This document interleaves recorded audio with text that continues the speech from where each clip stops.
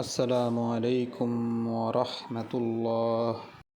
আজকে আপনাদের সাথে আলোচনা করব যে সকল মানুষ বিভিন্ন দুশ্চিন্তা, পেরেশানি ও ঋণের বোঝায় আক্রান্ত তাদের জন্য একটি উপযোগী আমল সম্পর্কে ইনশাআল্লাহ।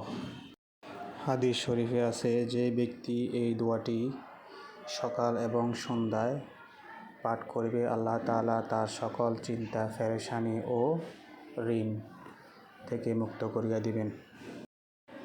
দোয়াটি হচ্ছে, আল্লাহুম্মা ইন্নী আউযু বিকা মিনাল হাম্মি ওয়াল হুজনি ওয়া আউযু বিকা মিনাল আজজি ওয়াল কাসলি ওয়া আউযু বিকা মিনাল বুখলি ওয়াল জুবনি ওয়া আউযু বিকা মিন গলাবাতিদ দাইনি ওয়া কাহরির রিজাল।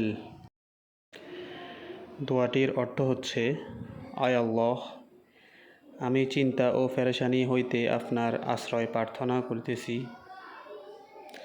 অক্ষমতা ও অলসতা হইতে আপনার পানা চাইতেছি, কৃপণতা ও ভীরুতা হইতে আপনার আশ্রয় প্রার্থনা করিতেছি এবং কর্জের চাপ ও মানুষের প্রবলতা হইতে আশ্রয় চাইতেছি।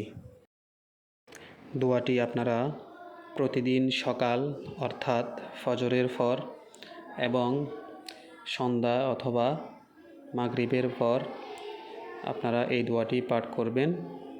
তাহলে ইনশাআল্লাহ আশা করা যায় আপনার সমস্ত দুশ্চিন্তা, পেরেশানি ও কর্জের চাপ হইতে আল্লাহ আপনাকে খুব তাড়াতাড়ি মুক্ত করিয়া দিবেন ইনশাআল্লাহ। বিভিন্ন বিষয়ের উপর ভিডিও পেতে আমাদের সঙ্গেই যুক্ত থাকুন। ধন্যবাদ। আসসালামু আলাইকুম রাহমাতুল্লাহ।